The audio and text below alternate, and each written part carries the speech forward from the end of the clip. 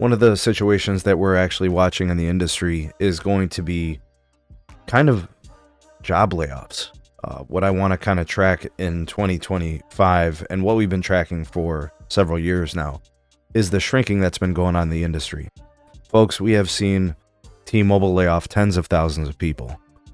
This is all post T-Mobile and Sprint merger, obviously. We've seen Verizon with some shrinking at their workforce. Specifically, I think most of it towards like the customer care side.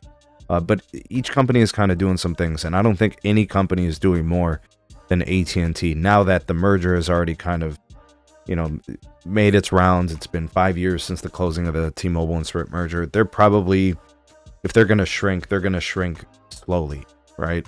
But AT&T has been laying off pretty abruptly and quickly for the last few years.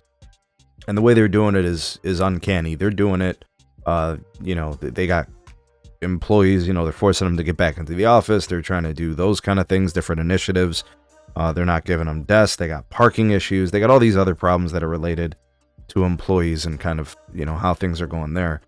But I keep finding these articles popping up. This one is from the South Florida Business Journal, and it says AT&T to lay off 88 staff in South Florida. Now, typically, we've talked about retail positions being eliminated and reduced, but AT&T has shifted away from most of their corporate stores and moved towards authorized retailers, right? So it's probably not retail staff in most of these instances. It's going to be corporate jobs. And AT&T is probably looking to eliminate, tens of thousands of folks.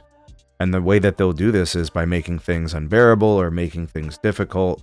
Trying to create situations where an employee would leave on their own and not be fired kind of deal, or maybe look for ways to fire them based on whatever metrics that they can. And they got all these different things that they could try.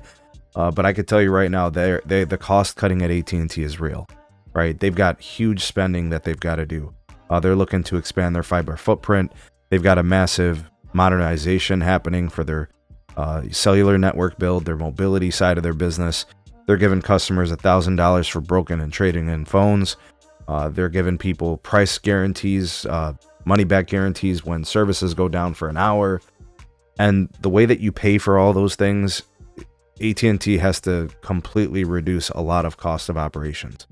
So these types of articles where you see all these layoffs and things, this is going to be happening. And with an economy that's going to be uncertain, possibly facing recessionary trends over the next 6 to 12 months, which in and of itself could be speculative if you guys want to put it that way. But these CEOs, these CFOs, they're all looking at this and preparing for worst case scenarios. So they're going to be looking to shrink their workforce as much as possible, to the point where maybe some stuff may look and feel like it's going to break. And then they'll decide if they need to rehire. I don't think I'm far off on this.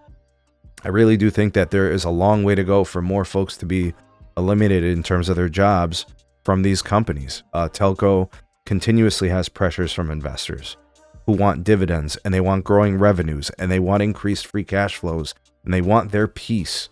And when you have institutional investors, that pressure gets even heavier.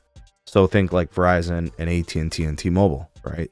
So a lot of their decision making is going to be made based on these fundamental concepts of reducing headcount. So 88 staff eliminated in South Florida, that's just the tip of the iceberg, right? You're going to be seeing this happening in offices throughout a lot of states.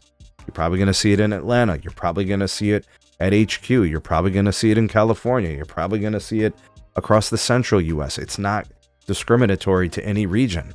They're looking to downsize. They're looking to shrink as much as possible.